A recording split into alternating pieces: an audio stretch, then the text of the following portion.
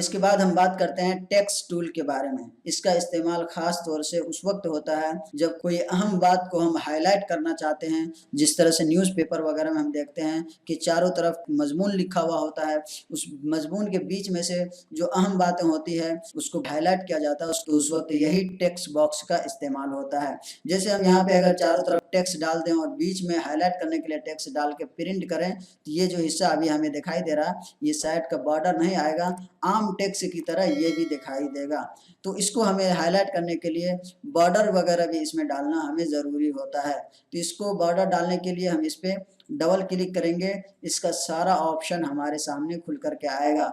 जो ऑप्शन इसके अंदर दिया गया है वही सेम ऑप्शन यहाँ भी दिया गया है, लेकिन यहाँ पे सिर्फ सिंबल है और नाम नहीं दिया गया कौन कौन सा ऑप्शन है, लेकिन इसमें नाम के साथ यहाँ दिया गया है। तो यहाँ से हम आसानी के साथ इसको फिल कर सकते हैं जो चेंजिंग